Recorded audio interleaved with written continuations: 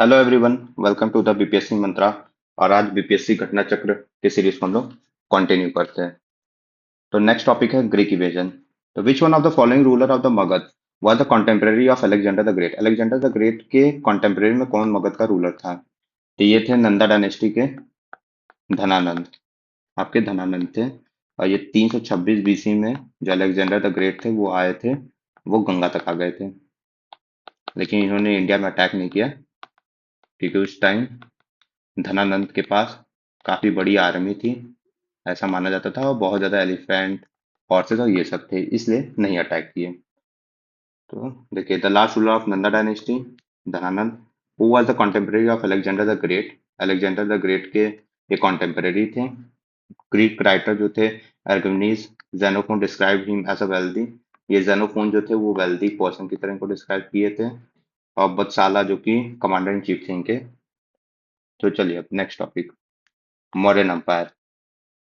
Who recognized the Sandrokotos as a Chandragupta Maurya?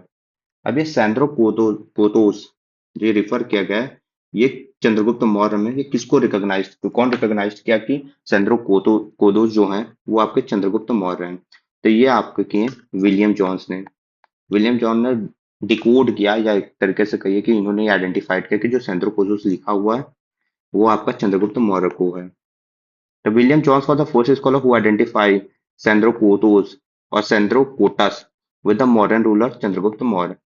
और ये एम्पियन और प्लूटार्च डिस्क्राइब किए हैं मॉडर्न गुप्ता को, मौर्य गुप्त को, चंद्रगुप्त मौर्य को एज अ एंड्रोकोस और Androcottus, while Justin Strabo Arrian mentioned him as a Sandrocottus. बस इतना समझिएगा कि सेंद्रोकोटास जो है वो आपके विलियम जॉन डिकोड किए हैं या रिकॉग्नाइज किए हैं एज अ चंद्रगुप्त मौर्य को। The first empire who established by which ruler in the India? The first empire was established by which ruler in India? थे चंद्रगुप्त मौर्य। चंद्रगुप्त मौर्य 321 बीसी में मौर्य डायनेस्टी लेके आए थे। तो Chandragupta Maurya was counted among the great ruler of the Indian. He was the first emperor of the Mauryan Empire। देखिए Maurya empire क्योंकि ये founder ही हैं। और इन्होंने किसको हराया था? धनानंद को हराया था 321 बीसी में, मार भी दिए थे हालांकि, और फिर स्टैब्लिश कर दिए थे ये मौर्यन एम्पायर का। He was the first emperor who establishes his rule over the vast territory। और इनका कहाँ तक था? ये ईरान तक इनकी थी आपकी टेरिटरी। मतलब ये आपकी पाकिस्तान हुआ, या अफगानिस्तान हुआ, और ये ईरान हुआ। तो ईरान तक इन्होंने लिया था, कब्जा कर लिया था आपका।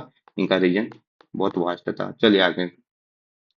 Who was the founder of modern empire?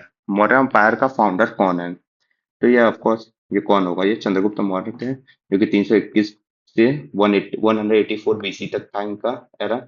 321 से लेकर 184 बीसीई तक था क्या है? ये पूरा मौर्य वंश था। मौर्य जो डायनेस्टी था वो इस टाइम तक चला था। After this the Kushana dynasty, the Gupta dynasty, the Vardhana dynasty, Vardhan dynasty rule the ancient India. उसके बाद कौन कौन आया? कुशाना डायनेस्टी, गुप्ता डायनेस्टी आए, फिर वर्धन डायनेस्टी आए। चलिए, who among the following modern ruler did conquer the Deccan? अब कौन सा मॉडर्न रूलर था जो कि कॉन्कर किया था डेक्कन को? तो ये आपके थे चंद्रगुप्त मौर्य। अब देखिए थोड़ा सिक्वल ये याद कर लीजिए आप मॉडर्न के लिए, कि पहले कौन आया था। तो ये आए थे चंद्रगुप्त मौर्य आए थे। अब इनके बाद कौन आया था? तो इनके बाद आए थे बिंदुसार आए थे। और इस इनके बाद कौन आया था? तो अशोका आए थे। चंद्रगुप्त मौर्य कब से कब तक थे? तो 321 से लेके 298 बीसी तक थे। ये याद करते जाइएगा या राइट डाउन करते जाइएगा। और बिंदुसारा 298 से लेकर 273 बीसी तक थे। अशोका कब से कब तक थे? 268 से लेके 232 बीसी तक अशोका थे। तो ये इंपॉर्टेंट रूलर है, इनको याद कर लीजिएगा और रिटेन कर लीजिएगा। चलिए, तो who among the following Maurya ruler conquer the Deccan? तो ये चंद्रगुप्त मौर्य थे जो कि डेक्कन में किए थे कॉन्कर। अब देखिए, Chandragupta Maurya the founder of modern empire. ये कॉन्कर किए थे साउथ इंडिया डेक्कन में। इन्होंने कॉन्कर क्या किया था, गुजरात किए थे, फिर नीचे आपका महाराष्ट्र के भी कुछ रीजन किए थे। In this regard information is obtain from the Ashoka inscription, Ashoka inscription से ये हमें पता चलता है, and from the Jain and Tamil sources, Jain और तमिल सोर्स से भी पता चलता है कि ये डेक्कन में आपका इनका जो एम्पायर है वो डेक्कन तक था। The Ashoka's inscriptions are found in many places in the southern region. Southern region में बहुत जगह इनका इंस्क्रिप्शन पाया गया। Ashoka carried out only the Kalinga conquest. अब देखिए अशोका जो है वो बस कलिंग कॉन्क्वेस्ट किए थे। अगर कलिंगा कॉन्क्वेस्ट आपसे बोला जाए तो 261 बीसी में कलिंग को जीत गए थे और कैप्चर कर लिए थे कलिंगा को। हालांकि यहीं से टर्निंग पॉइंट भी इनका था, लेकिन टर्निंग पॉइंट के बाद ये बुद्धिज्म फॉलो करने के बावजूद भी ऐसा नहीं कि कलिंग को फ्री कर दिए थे, उसको अपने ही अधीन रखे थे। चलिए, therefore the credit for conquest of the south has been given to the Chandragupta Maurya because the Bindusara conquest are highly doubtful। अब देखिए इनके बाद तो बिंदुसारा थे, लेकिन ये कॉन्क्वेस्ट बहुत ज्यादा नहीं किया था, ये डाउटफुल भी है, मतलब कोई कंफर्म नहीं है कि इंफॉर्मेशन की ये कुछ कॉन्क्वेस्ट किए थे, तो इसलिए नहीं दिया हुआ है। Chandragupta Maurya figures the prominently in the books of. अब चंद्रगुप्त मौर्य का जो फिगर है वो किस में सबसे ज्यादा दिया है, तो वो दिया है विशाखा दत्त में। तो the detail information about Chandragupta Maurya is obtain from the Vishakha Datta. जो विशाखा दत्त है वहां से हम लोगों को इंफॉर्मेशन पता चलता है। और विशाखा दत्त क्या लिखे थे, मुद्र राक्षस। Mudrarakshasa in this work Chandragupta is consider as a son of Mahapadmananda. इन्हीं को सन ऑफ महापद्म, ऐसा माना जाता है कि महापद्मनंदा के ये सन थे, और इनकी जो मदर थी वो शूद्रा से बिलोंग करती थी, शूद्र से बिलोंग करती थी, और ये उन्हीं के बेटे थे। चलिए, another name Nanda. In the Mudrarakshasa Chandragupta is also known as Vrishala और कुलीन। तो रिशाला या कुलीन कहा जाता है, इसमें ये किया गया है। अब देखिए रिशाला का मतलब क्या होता है, समवन बिलोंगिंग टू द शूद्र कास्ट, इसी को विशाला और कुलीन कहा जाता है in the 18th century C. चलिए ठीक है, ये हम लोग को समझ में आ गया कि मुद्र राक्षस में लिखा गया। अब चलिए कुछ और भी जान लेते हैं। ये भाष के जो इम्पोर्टेंट, ये भी एक पोएट है, और इनके जो इम्पोर्टेंट वर्क हैं वो आपके स्वप्न स्वप्न वर्क दत्तम है और उरुभंगा है। यह आपके इनके इम्पोर्टेंट वर्क हैं। और आपका अश्वघोष, अश्वघोष कौन थे, ये बुद्धिस्ट फिलोसफर थे, और इन्होंने क्या लिखा था, बुद्ध चरित्र लिखा था, बुद्धा चरित्र इन्होंने लिखा था, जिसमें एक्ट ऑफ बुद्धा के बारे में बताया गया था। ये रिटर्न डाउन करते जाइएगा। और ये कोर्ट स्कॉलर थे, जो अशोक घोष थे वो कोर्ट स्कॉलर्स थे, किसके, कनिष्का के कोर्ट स्कॉलर थे, जो कि कुषाण डायनेस्टी के हैं। चलिए ठीक है आगे। Megasthenes was the emperor of. जो मैगस्थनीज थे वो एम्बेसडर थे किसके, तो वो एम्बेसडर थे सेलेकस निकेटर के। सेलेकस निकेटर के ये आपके एम्बेसडर थे। ये ग्रीक एम्बेसडर थे जो कि सेंट किए गए थे सेलेकस निकेटर के द्वारा। अब कहाँ पे इनको भेजा गया था, चंद्रगुप्त मौर्य के उसमें भेजा गया था, कोर्ट में। अर्ली ही served as a Seleucus Nicator involve in the royal court. और फिर बाद में इनको भेज दिया गया किसके, उसमें चंद्रगुप्त मौर्य के रॉयल कोर्ट में। In how many category did the Megasthenes divide the Indian. अभी जो मैगजीनीज थे इन्होंने डिवाइड किया इंडियन सोसाइटी को कितने कैटेगरी में, तो इन्होंने 7 कैटेगरी में आपको डिवाइड किया था इंडियन सोसाइटी को। और ये थोड़ा बड़ा चढ़ा के भी लिखे थे इंडिया के बारे में। आप इनके बुक के बारे में बोला जाता है कि ये थोड़ा और बड़ा चढ़ा के लिखे थे यहाँ के बारे में। तो फिलोसफर, ये कौन कौन सा 7 था, फिलोसफर थे, farmer, हर्डर, craftsman and businessman, warrior, inspector और मिनिस्टर और प्रीचर्स। ये 7 कैटेगरी में डिवाइड किए थे इंडियन सोसाइटी को। तो चलिए, Megasthenes does not mention the prevalence of the slavery in the Indian society. अब मैगजीनिस जो है वो मेंशन नहीं किए थे slavery in the Indian society. In the modern period no person could marry outside his caste. Modern period में ये था कि आप मैरी नहीं कर सकते हो आउट ऑफ द कास्ट, मतलब इंटर कास्ट मैरिज नहीं हो सकता है। The description of the administration of Pataliputra is available in the description of administration, मतलब पाटलिपुत्र के एडमिनिस्ट्रेशन के बारे में किस में दिया गया है? तो इंडिका। अब इंडिका बुक है किसका, किसके द्वारा लिखा गया है? मेगस्थनीज के द्वारा लिखा गया है। और इसी में पाटलिपुत्र के बारे में बढ़ा चढ़ा के लिखा गया था। तो मेगस्थनीज ही जो थे वो इंडिका के वो थे, राइटर थे, और इन्होंने ही पाटलिपुत्र के एडमिनिस्ट्रेशन के बारे में इसमें बताया है। और इन्होंने ये बताया है कि यहाँ पर म्युनिसिपल काउंसिल था जिसमें 5 मेंबर हर एक में रहते हैं, और 6 कमेटी थी, टोटल 6 कमेटी थी, जिसमें प्रत्येक में पांच पांच और पांच थे, टोटल 30 आपके मेंबर थे म्युनिसिपल काउंसिल ऑफ पाटलिपुत्र में। He calls the city official as the Astynomoi, Astynomoi city को ऑफिशियल कहा जाता था। चलिए लिस्ट वन लिस्ट टू है। द इवेंट है और प्लेसेस हैं।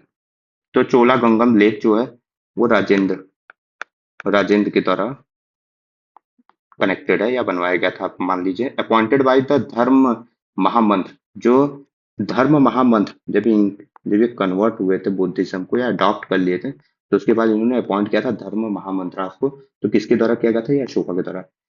और असेंबली ऑफ प्रयाग ये हर्षवर्धन के द्वारा करवाए गए, जो कि हर्षवर्धन 6th सेंचुरी में थे। ये आप ये नोट डाउन कर दीजिएगा। और ये जो असेंबली है वो 5 साल में, हर 5 साल में होता था। और कुंभ भी इन्हीं से रिलेटेड है। कुंभ का भी अगर आएगा जो कि 12 ईयर्स पे होता है, वो भी हर्षवर्धन से ही रिलेटेड है। अब सुदर्शन लेक जो कि चंद्रगुप्त मौर्य के द्वारा बनवाया गया था, चंद्रगुप्त मौर्य के द्वारा सुदर्शन लेक बनवाया गया था। The inscription which prove the Chandragupta Maurya स्वे ओवर द वेस्टर्न इंडिया, तो वो किसमें बोला गया? वो जूनागढ़ रॉक इंस्क्रिप्शन ऑफ रुद्रधाम। अब जूनागढ़ रॉक इंस्क्रिप्शन, जूनागढ़ है कहाँ? तो ये गुजरात में। और इसी में सुदर्शन लेक के बारे में बताया गया है कि चंद्रगुप्त मौर्य बनवाए थे, और रुद्रदामन जो है इसको वापस से रीस्टोर किए थे। तो from the Junagadh inscription Rudradaman जो कि 150 सीई में थे, इन्हीं को कहा जाता है Pushyagupta. It is also known that Pushyagupta that provincial governor. It is known that, इनको नहीं कहा जाता था, सॉरी। ये पुष्यगुप्ता एक गवर्नर थे किसके द्वारा अपॉइंट किया गया था? चंद्रगुप्त मौर्य के हाँ, चंद्रगुप्त मौर्य के द्वारा अपॉइंट किया गया था। ये गुजरात के थे। और इन्हीं का टाइम में सुदर्शन लेक कंस्ट्रक्ट करवाया गया था। और इसको रीस्टोर कौन किया था? तो रुद्रदामन वन किए थे रीस्टोर। देखिए Chandragupta Maurya in the Saurashtra has the Sudarshan lake constructed there later the Tushapa described as a ruler in the Yavana ruler in the Ashoka's time built a canal connected with this reservoir. This provincial has been referred as a Anartha and Surastra. This provided the evidence of a Chandragupta Maurya overlordship over the Western India. इन्हीं से पता चलता है कि western India में इनका reason फैला हुआ था। In which inscription of in the Kalinga? In which inscription is the Kalinga victory? Kalinga victory किस इंस्क्रिप्शन में लिखा गया है? तो ये आपका जो ये तो अशोका के उसमें लिखा गया था। The mention of Ashoka Kalinga conquest is found in Ashoka's 13th major rock pillar. 14 है टोटल, उसमें जो 13वां नंबर का मेजर रॉक एडिक्ट है उसी में लिखा गया है कलिंगा कॉन्क्वेस्ट के बारे में। The Hathi Gumpha inscription is an autobiographical account of Chedi king. ये हम लोग पहले के वीडियोस में पढ़ चुके हैं। चेदी किंग के बारे में दिया गया है किसने? हाथी गुम्फा में। खारवेला के जो किंग है या उनके उनके फैमिली से रिलेटेड, पूरे उनके किंगडम से रिलेटेड आपका हाथी गुम्फा में दिया हुआ है। This cave is located at Udayagiri hills. Udayagiri hills पे भुवनेश्वर के साइड है, उड़ीसा में। Which one territory of the following was not the part of the Ashoka's empire? Which one territory of following was not the part of Ashoka empire? इसमें से कौन सा territory है जो कि अशोका empire से रिलेटेड नहीं है? तो देखिए ये है श्रीलंका, क्योंकि हम लोग अभी पढ़े कि पाकिस्तान अफगानिस्तान तक तो इनका फैला हुआ था, ईरान से टच था, बॉर्डर जो है इनका ईरान से टच था। तो अफगानिस्तान ऑफकोर्स इनके उसमें होगा टेरिटरी में। बिहार तो है ही है। और आपका कलिंगा में कॉन्क्वेस्ट किए ही हैं। अब कलिंगा किस एरा में इन्होंने कॉन्क्वेस्ट किया था? ये किए थे 261 बीसी में। हम लोग अभी पढ़े अशोका कॉन्क्वेस्ट किए थे। तो Sri Lanka was not included in Ashoka empire. Ashoka second Second rock edict indicate that Ashoka authority in India extended everywhere except the Chola, Pandya और सत्यपुता, केलापुता, तम्रपानी, श्रीलंका। देखिए तम्रपानी, जो पहले तम्रपानी कहा जाता था वो श्रीलंका को कहा जाता था। This state were called as a Pratyanta, that is frontier border of the state. मतलब इनका यहाँ पे नहीं था तो यहाँ से बॉर्डर इनका अटैच होता था, मतलब लगा रहता था। The one pillar on which the Ashoka declared himself the emperor of Magad. The one pillar on which the Ashoka जो कि डिक्लेयर किए थे himself as the emperor of Magadh, Magadh का एम्पर किस अशोका के पिलर में कहा गया, तो वो बाबरू, बाबरू पिलर है, उसी में कहा गया था कि अशोका जो है वो एम्पर ऑफ मगध है। अब इन द बाबरू और Bairat rock inscription Ashoka describe himself as a emperor of Magadha, और इन्हीं को क्या कहा जाता था, इन्हीं को प्रियदर्शी, अरे इन्हीं को प्रियदर्शी भी कहा जाता था। ये भगवान के ये प्रिय है। देखिए इसमें क्या लिखा हुआ है, प्रियदर्शी इलाजा मगाधे सांगे अभिवादेतोनम आहा अबादा अपाबा धत्तम चा। This inscription also established the Ashokas as a follower of Buddhism। चलिए 14th, the central point of Ashoka Dhamma is. अब देखिए सेंट्रल पॉइंट क्या था अशोका धम्मा का, तो देखिए लॉयल्टी टुवर्ड द किंग तो था ही सब में, पीस एंड नॉन वायलेंस था, पीस और नॉन वायलेंस तो था, रिस्पेक्ट फॉर एल्डर्स ये भी रिटर्न है, रिलीजियस टॉलरेंस था, तो मोर than one of the above होगा। तो अशोकास धम्मा में मोरल कोड है जिसमें इन्होंने पूरा लिखा था, जो कि सेकंड से लेकर सेवंथ पिलर एडिक्ट तक है।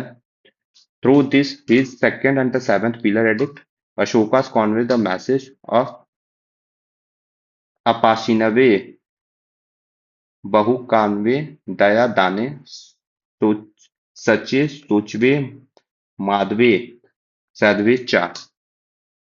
ये लिखा हुआ है, ये कोई मतलब नहीं है लेकिन आप देख लीजिएगा एक बार। तो इसमें क्या क्या कहा गया था, रिलीजियस टॉलरेंस के बारे में बोला गया था, रिस्पेक्ट ऑफ एल्डर्स के बारे में बोला गया था। अब इधर देखिए ना, इधर लिखा हुआ है आपका, speak the truth, live with purity, maintain the gentleship in the nature and uphold the goodness.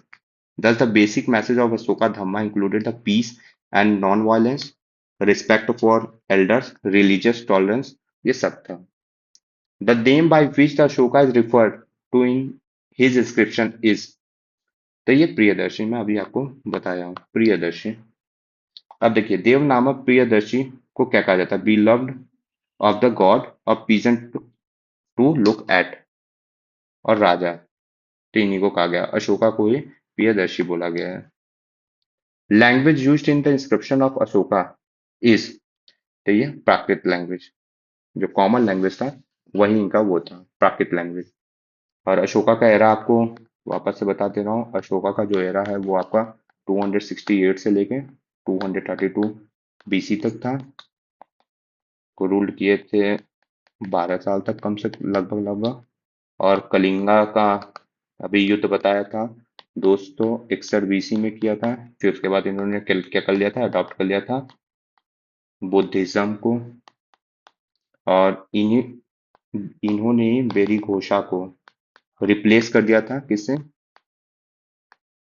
धम्म घोषा। अब बेरी घोषा होता क्या है, मतलब फिजिकल कॉन्क्वेस्ट, जो पैर की आवाज होती है जब सोल्जर चलते हैं तो उनके पैर की आवाज जो आती है उसी को बेरी घोषा कहते हैं। तो इसको रिप्लेस कर दिया था इन्होंने, बोला नहीं वो नहीं करेंगे, अब धम्मा घोष होना चाहिए। धम्मा घोष का मतलब होता है कि कल्चरल कॉन्क्वेस्ट होना चाहिए आपका। चलिए ठीक है। और मेजर इनके 14 पिलर हैं, और अगर कोई माइनर पूछे तो माइनर आपके 15 पिलर हैं, मेजर 14 और माइनर 15। और जो पहली बार डेसिपर किए थे वो किए थे प्रिंसेप, प्रिंसेप किए थे जेम्स, जो प्रिंसेप थे उन्होंने पहली बार इनका डिसिपेट किया था। चलिए ठीक है। फिर the name by which Ashoka refers to the European नाम दर्शी हो गया। Language used in the description of Ashoka is Prakrit। The script written on the Ashoka's pillar is, अब कौन सा स्क्रिप्ट लिखा गया था अशोकास पिलर पे, तो ब्रह्मी। खरुष्टी भी लिखा गया था, खरुष्टी भी रिटन इंस्क्रिप्शन मिला गया है। और आपका ब्रह्मी भी यूज हुआ है और प्राकृत भी यूज हुआ है इंस्क्रिप्शन में। तो चलिए पिलर पे आपका ब्राह्मी लिखा गया है। Which one of the following script was written from the left right to left in the ancient India. तो राइट टू लेफ्ट मतलब इस डायरेक्शन में आपका किस में लिखा गया है? तो वो किस में लिखा जाता था? खरोष्ठी में। The Kharosthi inscription was written from right to left. The credit for reading it is given to the scholars such as Prinsep, जो कि 1835 ईडी में प्रिंसेप अभी मैं बताया, यही जो थे पहली बार इनका क्या किए थे? डेसिफर्ड किए थे। डेसिफर्ड किए थे जेम्स प्रिंसेप। ठीक। Which one of the following script? Which one of the following script of the ancient India was written from right to left? Right to left कौन सा था? तो वो खरोष्ठी था। The inscription of Ashoka was red for the first time. वो James Prinsep के द्वारा किया गया था। जेम्स प्रिंसेप के द्वारा किया गया था। और ये कौन सा डेसिफर किए थे? तो अशोका का दिल्ली तोपरा इंस्क्रिप्शन था, वही किए थे। दिल्ली में तोपरा इंस्क्रिप्शन है, दिल्ली में एक तोपरा इंस्क्रिप्शन है, उसी को ये डेसिफर किए थे। कौन? जेम्स प्रिंसेप ने। Who first decipher the Brahmi script? Brahmi script कौन किया था? तो James Prinsep. James Prinsep Brahmi script को डेसिफर किए थे। Which ruler had made the Pataliputra the capital of his empire for the first time? तो पहली बार पाटलिपुत्र को कैपिटल कौन बनाया था? तो ये उदयन बनाए थे। उदयन आपके क्या किए थे? शिफ्ट कर दिए थे राजगृह से पाटलिपुत्र। तो इसमें चंद्रगुप्त मौर्य, अशोका द ग्रेट, चंद्रगुप्त तो इसमें है नहीं, तो आपका चंद्रगुप्त मौर्य को करेक्ट मान लिया है। In fact the Pataliputra was founded by the Udayin, the ruler of the Harenka dynasty, at the confluence of Ganga और सोन रिवर के पास। He shifted his capital from Rajgir to Patliputra. However, the Udayan is not given. The option Chandragupta Maurya is the correct answer. Who was the last ruler of modern dynasty? Modern dynasty का last ruler कौन था? तो वो बृहद्रथ थे। बृहद्रथ को ही उन्हीं के जो सेनापति थे, कमांडर, वो थे पुष्यमित्र शुंगा, वही मार दिए थे। वही किल कर दिए थे। कब? 184 बीसी में। और यहीं से मौर्य वंश खत्म होता है, फिर शुंगा डायनेस्टी स्टार्ट होता है। The founder of Maurya dynasty Chandragupta Maurya, जो मौर्य डायनेस्टी को वो किए थे। He counted among the great ruler in the India. He was an emperor who establishes his rule over the vast region of India.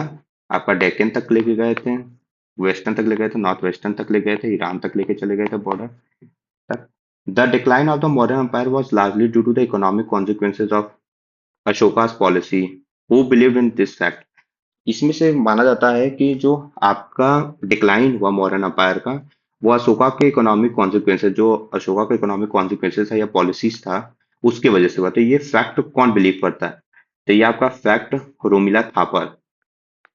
Romila Thapar the noted historian, ये historian है रोमिला थापर, वो believe करते थे कि मौर्यन अपायर डिक्लाइन इसलिए हुआ क्योंकि इकोनॉमी जो कॉन्सिक्वेंसेज था किसके, जो अशोका की पॉलिसी थी, उससे जो इकोनॉमी पे इफेक्ट आया, उसके वजह से डिक्लाइन हुआ है। The most famous center of the learning during the modern period was, तो तक्षशिला। ये आपका तक्षशिला है। तक्षशिला कहाँ पे है? पाकिस्तान में इस टाइम प्रेजेंट में। सिंध, पंजाब जो पाकिस्तान का रीजन है वहां पे है, वहां पे है। तो Vaishali is currently the district of, Vaishali district है बिहार का। नालंदा भी है, और आपका उज्जैन तो एमपी में है, और तक्षशिला जो है बता दिया हूँ, तो आपका पाकिस्तान। नेक्स्ट टॉपिक है अपना पोस्ट मॉडर्न पीरियड। तो the dynasty of ancient India दिया हुआ है और उसको क्रोनोलॉजिकल ऑर्डर में लगाना है। तो सबसे पहले कौन आया था? तो वो आए थे मौर्य। फिर इनके लास्ट किंग बृहद्रथ को कौन मारा था? वो मारे थे आपके पुष्यमित्र शुंगा। तो उसके बाद शुंगा होंगे। फिर उसके बाद आपके आए थे कानवा। फिर उसके बाद आए थे आपके कुशाना। तो ये आपका क्रोनोलॉजिकल ऑर्डर में हो गया कि पहले मौर्यन आए थे, फिर शुंगा आए थे, फिर कानवा आए थे, फिर कुशाना आए थे। देखिए the scholar consider the modern umpire 321 BC से 184।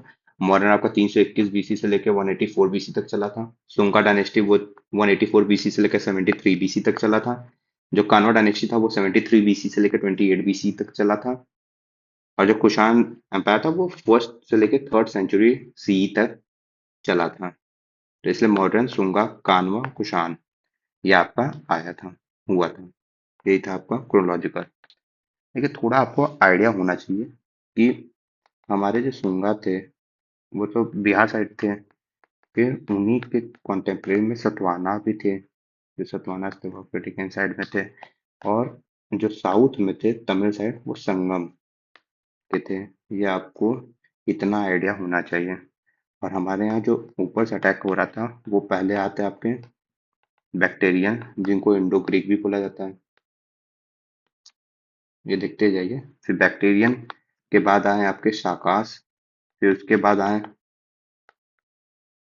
कुशांस, आपके आए कुशांस, शाकास के बाद ना आपके जो पहला है वो आए पार्थियंस, फिर पार्थियन के बाद आपके आए कुशांस। ये थोड़ा आइडिया होना चाहिए। Which inscription tell about the various achievement of Rudradaman one.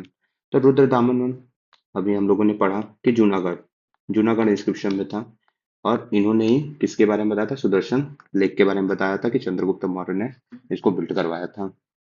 तो the inscription of Rudradaman one has been found in Junagadh, Gujarat में। और the same rock on which it engraved also contained the copy of Ashoka's 14 major rock एडिट। इसी में इन्होंने बताया कि अशोका के 14 मेजर रॉक एडिट के बारे में। मेजर 14 था, माइनर 15 था। And an inscription of Skandagupta, it is written in the pure Sanskrit and in the Brahmi script. It throw the light on the Rudradaman various achievement, ये रुद्रदामन के वेरियस अचीवमेंट के बारे में बताया है। According to the rock inscription in the Sanskrit, composed around the 2nd century CE, Sudarshan Lake, an artificial reservoir, was repaired by। तो ये किसके द्वारा रिपेयर करवाया गया था, ये रुद्रदामन के द्वारा करवाया गया था। बनवाया किसके द्वारा क्या था, वो चंद्रगुप्त मौर्य के द्वारा बनवाया गया था। तो जूनागढ़ इंस्क्रिप्शन में जो रुद्रदामन वन 130 से लेकर 150 सी तक थे कॉमन एरा में, has been found from the Girnar hill. Girnar hill कहाँ है, गुजरात में है आपका। और वहीं पर दिस संस्कृत इंस्क्रिप्शन एमंग था, संस्कृत में था और ब्रह्मणी स्क्रिप्ट में था, ये लिखा हुआ था। Inscription have been early Sanskrit inscription, from it we get the information about the construction and the reconstruction of a dam of the Sudarshan lake. Who among the following first issue the gold coin on the large scale. कौन था जो कि gold coin large scale में आपका issue किया था, तो वो थे वीमा कटपीस। वीमा कटपीस जो थे, कटपीसेस, वो लार्ज स्केल में आपका गोल्ड कॉइन इशू किए थे। तो the introduction of gold coinage on the large scale by the Kushana ruler, अब कुशाना रूलर के द्वारा किया गया था। Kushana ruler was their most important contribution to the Indian subcontinent. Vima Kadphises is credited with the starting of the circulation of gold coin।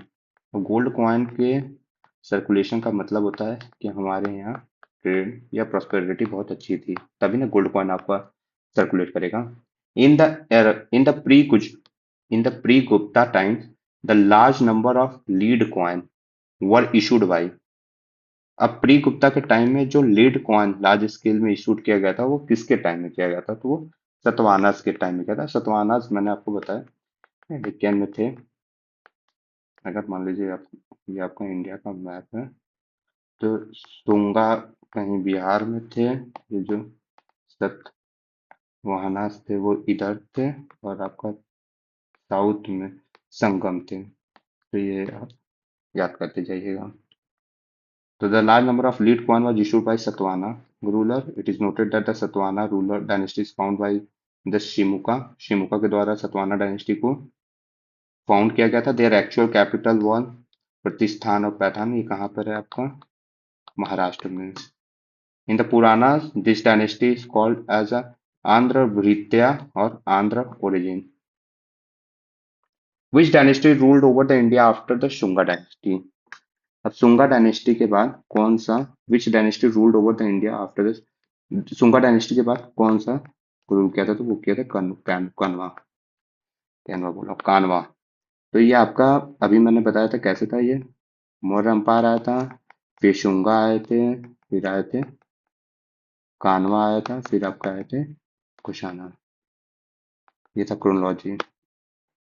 तो the last Shunga king जो कि देवभूति थे was killed through the conspiracies of his minister। इन्हीं के minister थे वासुदेव, वही मार दिए थे देवभूति को। और देवभूति कौन थे, वो शुंगा के लास्ट राजा थे। And the new dynasty found Vasudeva came to be known as the Kanva और the Kanvana dynasty, like the Sunga it was also a Brahmin dynasty. देखिए जो सुंगा थे ना, वो ब्राह्मण डायनेस्टी थे, ब्राह्मण डायनेस्टी थे। और उन्हीं की तरह ये भी जो था वो भी ब्राह्मण डायनेस्टी था। कौन सा? कानवा डायनेस्टी। नेक्स्ट टॉपिक, गुप्ता और पोस्ट गुप्ता पीरियड। तो which Gupta ruler assume the throne after killing his elder brother? कौन गुप्ता रूलर था जो कि अपने भाई को, अपने बड़े भाई को मार के थ्रोन पे बैठ गया था? तो वो कौन थे? वो थे आपके चंद्रगुप्त टू। इन्होंने रामगुप्ता जो कि इनके बड़े भाई थे, इनको मार के चंद्रगुप्त टू थ्रोन पे आए थे। और इनको मारे नहीं थे, इनके वाइफ से शादी भी किए थे। और क्यों किए थे? क्योंकि रामगुप्त जो है वो हार गए थे। और किससे हार गए थे? तो ये शाकाश से हार गए थे। और इनकी वाइफ को भी सब ले लिए थे। तो आपके चंद्रगुप्त टू शाकाश को हराए, उनके वाइफ को वापस लेके आए और उनसे शादी किया, रामगुप्ता को मार दिए। और ये एफिशिएंट वो भी नहीं थे, रूलर भी नहीं थे। Who is called the Napoleon of ancient India? अब नेपोलियन ऑफ एंशियंट इंडिया किसको कहा जाता है? तो समुद्रगुप्त को कहा जाता है, क्योंकि इन्होंने बहुत सारे चीजें, बहुत सारे एरिया कॉन्क्वेस्ट किए थे। तो the valour and the conquest gave him the title. ये समुद्रगुप्त के जो वैलोर और कॉन्क्वेस्ट थे, उसी की वजह से उनको टाइटल दिया गया था इंडियन नेपोलियन। और दिया कौन था? ये एक हिस्टोरियन थे जिनका नाम था विंसेंट स्मिथ। उन्होंने ही इनको the Napoleon of ancient Indian कहा था। The early history of India, Samudragupta conquest are described. अब समुद्रगुप्त कॉन्क्वेस्ट को किस में डिस्क्राइब किया गया था? प्रयाग प्रशस्ति में किया गया था। और इसके ऑथर थे जो थे वो थे Harisena. The Gupta emperor who defeated the Hunas. अब कौन सा गुप्ता एम्परर था जो कि हुनास को हराया था? तो स्कंदगुप्ता थे। इन्हीं का टाइम, हालांकि हुनास पहली बार अटैक किया था 455 में, 455 सी में पहली बार अटैक किया था। और ये बहुत बुरी तरीके से हरा दिए थे हुनास को। लेकिन स्कंद गुप्ता के बाद क्या हुआ कि इनके आगे के जितने भी थे एम्परर, वो एफिशिएंट नहीं थे। और इस वजह से जो हुना है वो कैप्चर करना स्टार्ट कर दिए थे। नॉर्थ वेस्ट के नॉर्थ वेस्ट के कुछ रीजन को कैप्चर कर लिए थे।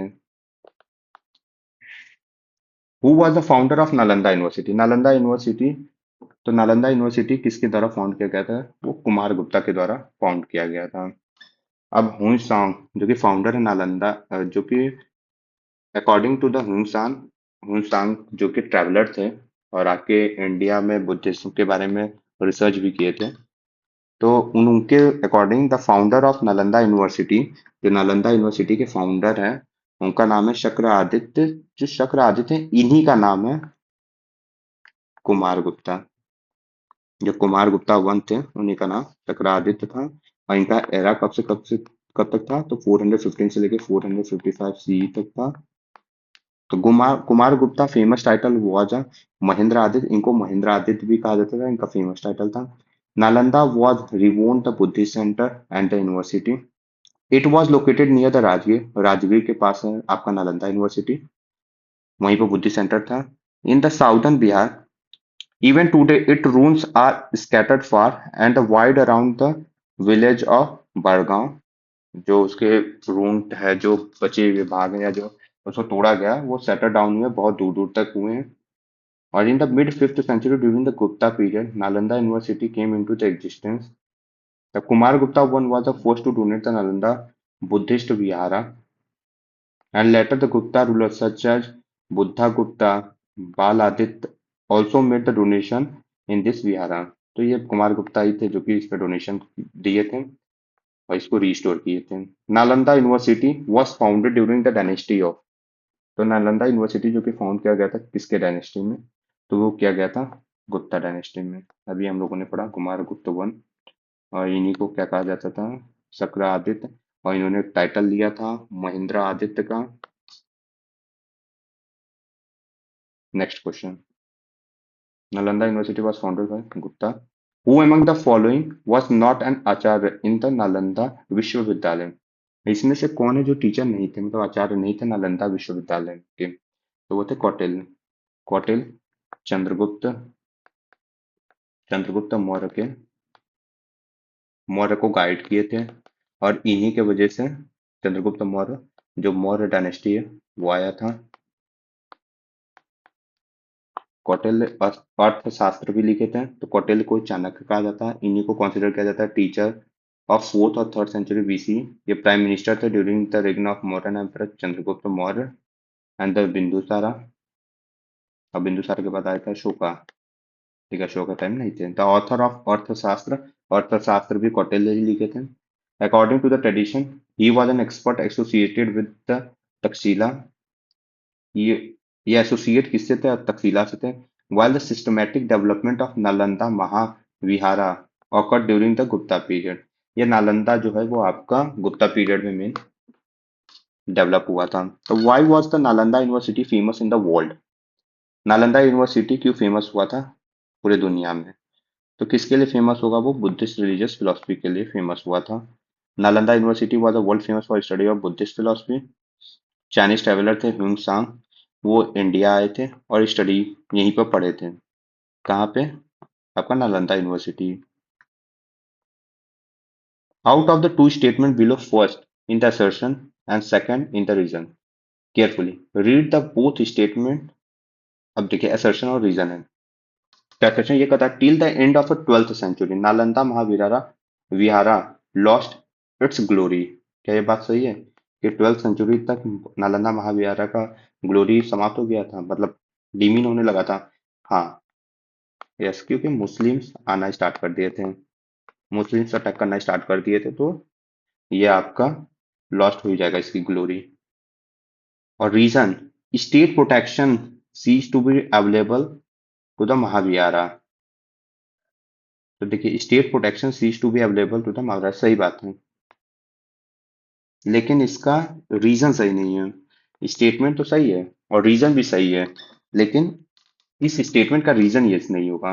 इस स्टेटमेंट का रीजन ये होगा कि इस टाइम जो थे वो आपके मुस्लिम्स आके अटैक करेंगे, Muslims invasion this Mahavihara decline.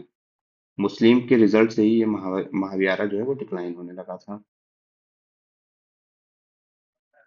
Also the because of the पाला रूलर ऑफ बंगाल, जो पाला रूलर थे बंगाल को पेट्रोनाइज किए थे विक्रमशिला को यूनिवर्सिटी को, the importance of Nalanda begin to be diminish. देखिए पाला रूलर जो बंगाल में आए थे ना, बंगाल में था, तो ये क्या कहते हैं, ये विक्रम शिला को पैट्रनाइज करने लगे थे, मतलब यहीं पे मारने लगे थे और यहीं पे फंड भी देना स्टार्ट किए थे, तो इसलिए यहाँ पे क्या हुआ, डिमिनिश होना स्टार्ट हो गया था। Consider the following statement. Fahin was a Chinese pilgrim who visited the India during the reign of Harsha. जो फाहिन थे वो चाइनीज पिलग्रिम थे, ट्रेवलर थे, वो विजिटेड इंडिया, इंडिया में आए थे वो क्या हर्ष के टाइम में? नहीं। अब Hiuen Tsang was a Chinese Buddhist monk who visited India during the reign of Chandragupta Maurya. तो ये आपका ये भी नहीं हुआ।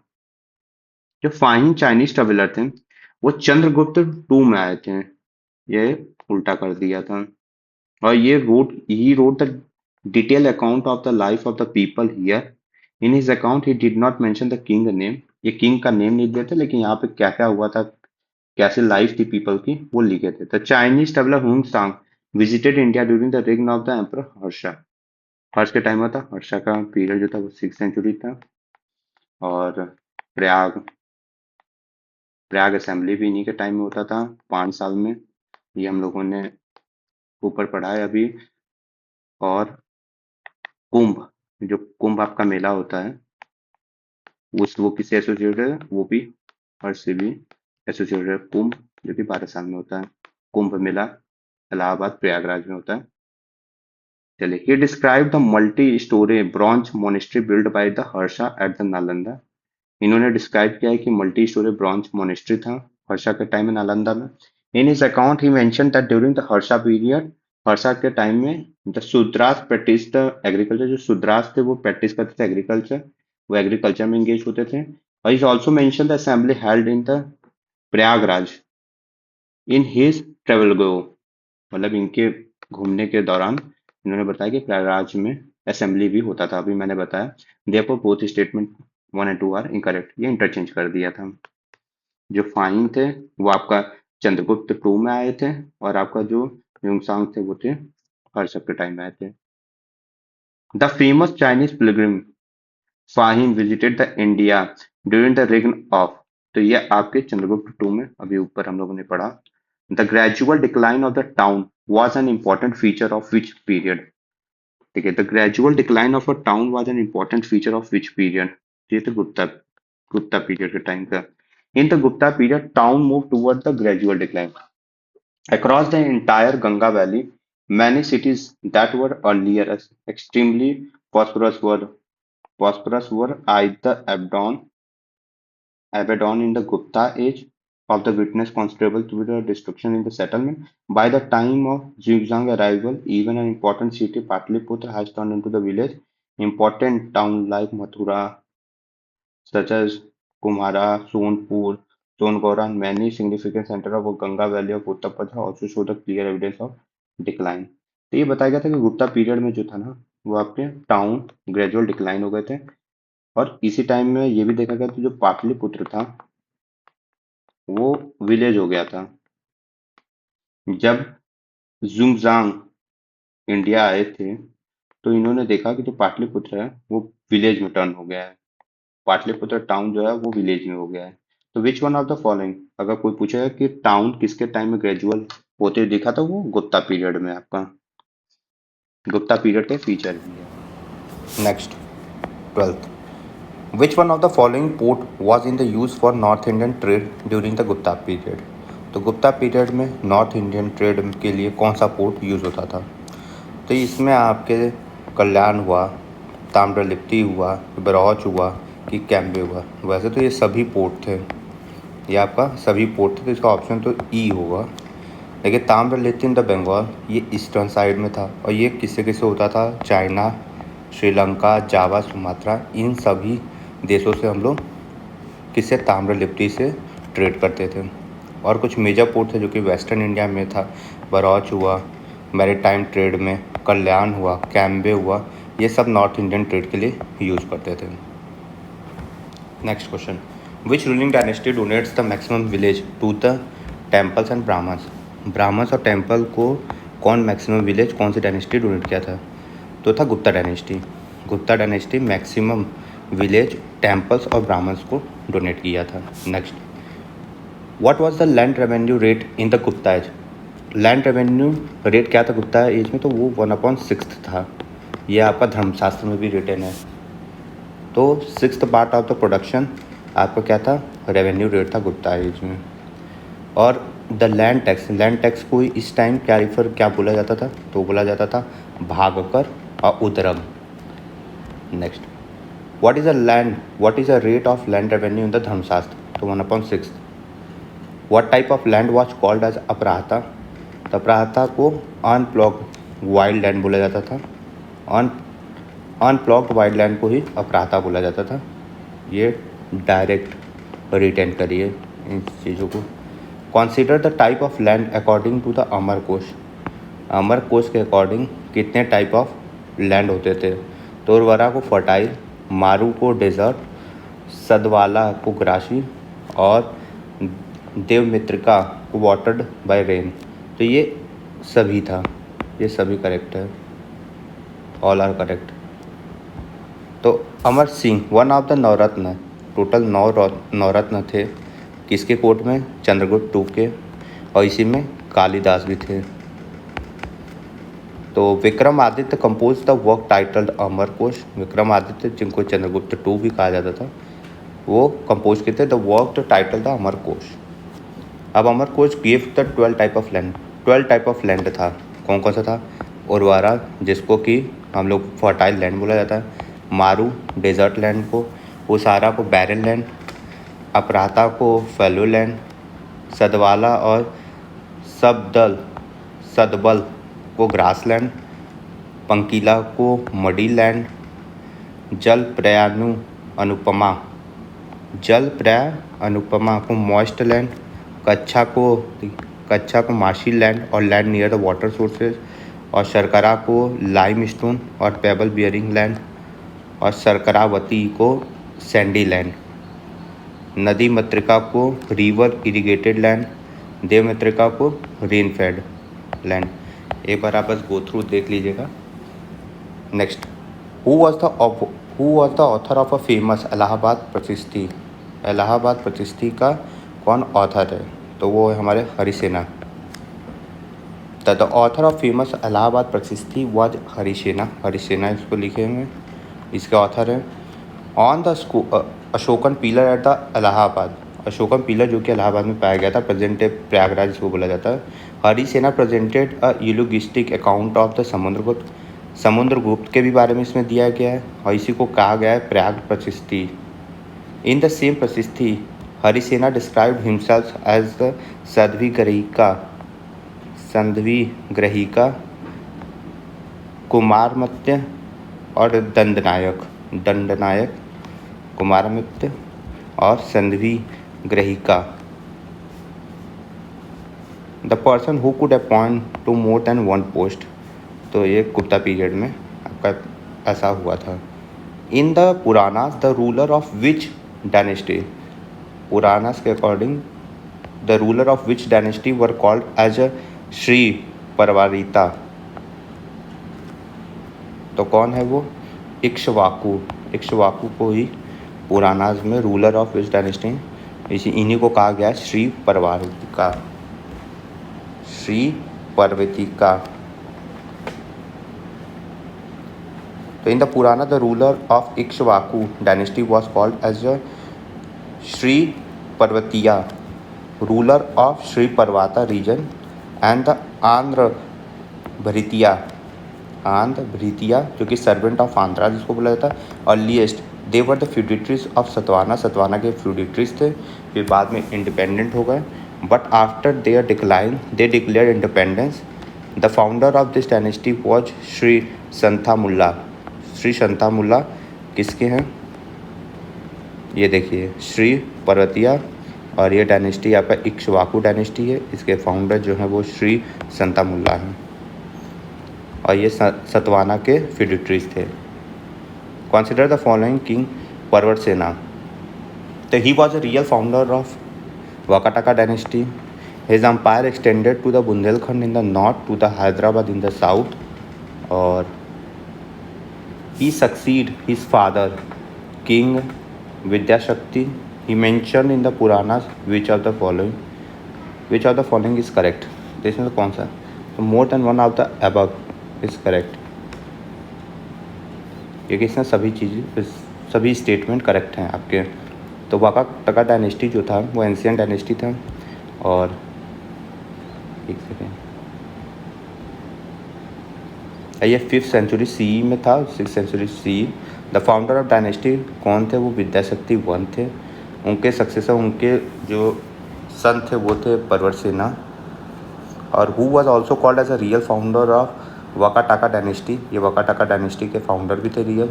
During the same time the Parvatasena won the boundaries of Vakataka kingdom. देखिए वाकाटाका जो किंगडम है वो आपका कहाँ से कहाँ तक था? वो बुंदेलखंड नॉर्थ से लेकर साउथ में हैदराबाद तक था। तो वाकाटाका जो रूलर थे he was the first to assume the samrat. जो वाकाटाका रूलर्स थे वही पहली बार एज्यूम किए थे टाइटल सम्राट का, और परफॉर्म किए थे 4 अश्वमेघ सैक्रिफाइस। 4 अश्वमेघ सैक्रिफाइस ये परफॉर्म किए थे and other ritual, Vedic rituals. तो the Huna king Toramana were defeated by Aulikara king. देखिए तोरामाना जो किंगडम है ये कहाँ पे था? तो ये दिल्ली में था। इसमें दिया है द हुना जो किंग थे तोरामारा वो डिफीट हुए थे बाय द ओलिकारा किंग। तो किसके उससे हुए थे? तो ये हुए थे प्रकाश धर्मन के द्वारा ये डिफीट हुए थे। प्रकाश धर्मन तोरामाना को हराए थे। तो the Huna king Toramana was defeated by Aulikara king Prakash Dharman. After the death of Skandagupta the Hunas again attacked the Ganga Valley. The leader of this second Huna invasion was Toramara. His inscription has been found engraved on the Varaha. Varaha means boar. Image at the Iran. देखिए ये Iran है, ये कहाँ पर है? ये आपका MP में, central India. 2 seals of Toramala have been found. देखिए जो ईरान इंस्क्रिप्शन है वहीं पर वराहा जो आपका बोर इमेज है वो इंग्रेव्ड किया गया, मतलब मिला है। और 2 सील भी जो तोरामारा का है वो फाउंड किया गया कौशाम्बी में नियर प्रयागराज। तो तोरामारा अपॉइंटेड हिज सन मिहिर कुला एज हिज सक्सेसर। मिहिर कुला इससे सक्सेसर है, तो तोरामारा के बाद आके मिहिर कुला आए थे। Next, who led the foundation of Vardhana dynasty? ये जो वर्धन डायनेस्टी, इसके फाउंडेशन कौन डाला था?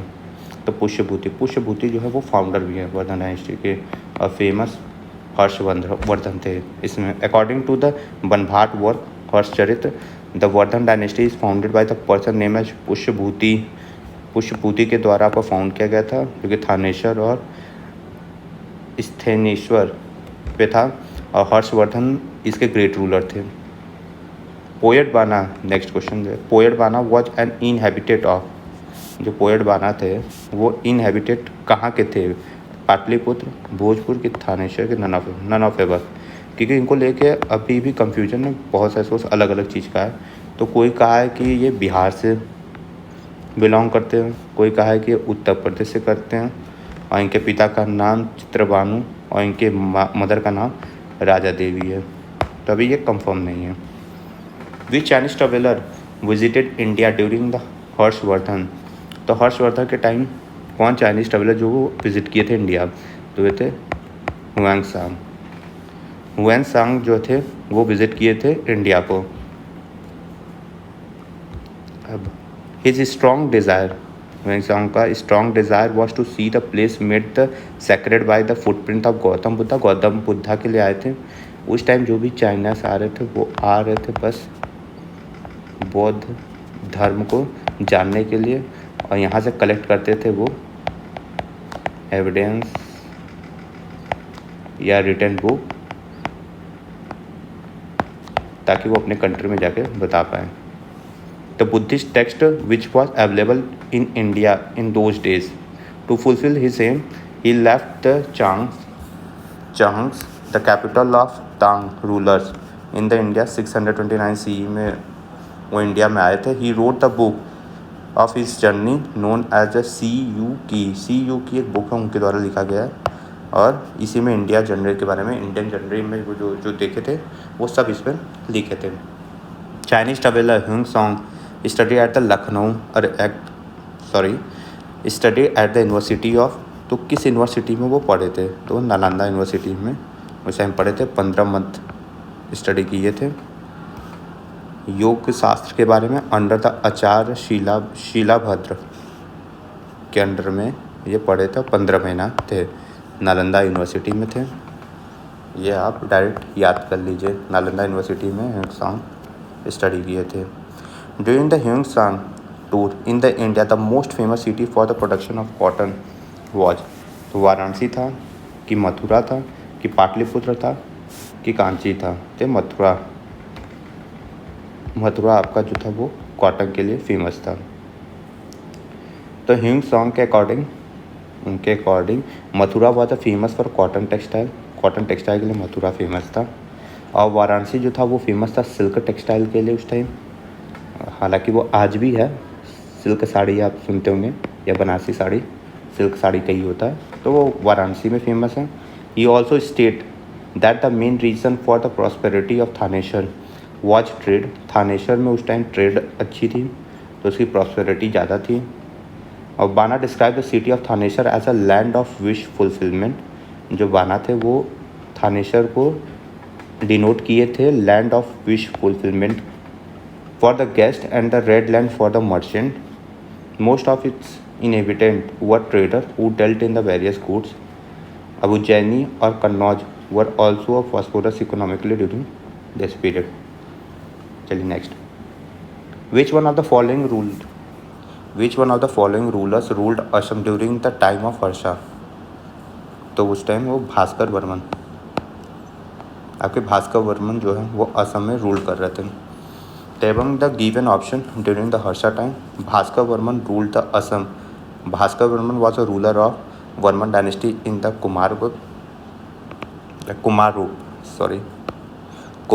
जो कि Assam.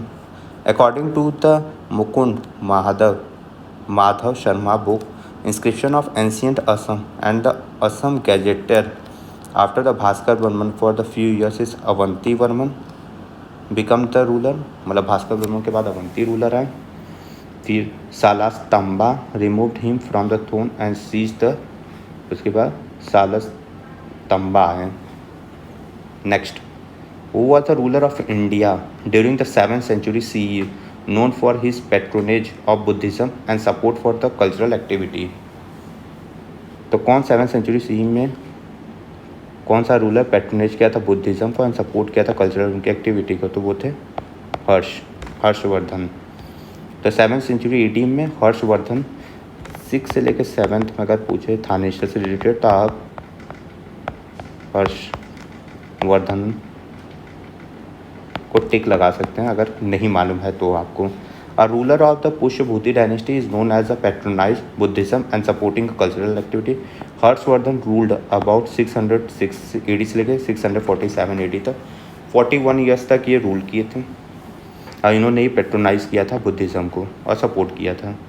During the Gupta Vakataka era which important school of Indian philosophy developed focusing on logical reasoning and the debate? तो वैशिष्टता थी कि मीमांसा था कि न्याय था कि मोर देन अबव? तो ये आपका न्याय था, इस पे फोकस था। तो गुप्ता और वकाटाका एरा के टाइम में जो स्कूल ऑफ फिलॉसफी था वो न्याय, इंडियन फिलॉसफी जो था वो डेवलप हुआ था, फोकस किया था logical reasoning and the debate. अब देखिए गुप्ता वकाटाका एज में the school of Indian philosophy that develop with the focus on the logical reasoning and the debate was न्याय। द फाउंडर ऑफ न्याय फिलॉसफी को कौन कहते थे? तो वो गौतम किए थे। अकॉर्डिंग टू द न्याय एक नॉलेज कैन बी वैलिड और इनवैलिड। नॉलेज जो है वो सही भी हो सकता है और गलत भी हो सकता है। वैलिड नॉलेज इज कॉल्ड प्रमा, जो आपका वैलिड नॉलेज होता है उसको प्रमा कहता है, और इनवैलिड नॉलेज को अप्रमा कहा जाता है न्याय के अकॉर्डिंग। न्याय फिलॉसफी के फाउंडर कौन है? वो थे Gautam. Who among these was the first to explain the daily sunrise and sunset occur due to the earth rotation on its axis? तो इसमें से कौन थे जो पहली बार एक्सप्लेन किए थे जो हमारा अर्थ रोटेट कर रहा है वो खुद के एक्सिस पे कर रहा है, खुद के एक्सिस पे रोटेट कर रहा है हमारा अर्थ? ये कौन पहली बार आपका एक्सप्लेन किया था? तो वो किए थे Aryabhata. Aryabhatta was the first person to explain the daily sunrise sunset occur due to the earth rotate on its axis. Who among the following, next question, who among the following is known for his work on the medicine during the Gupta period?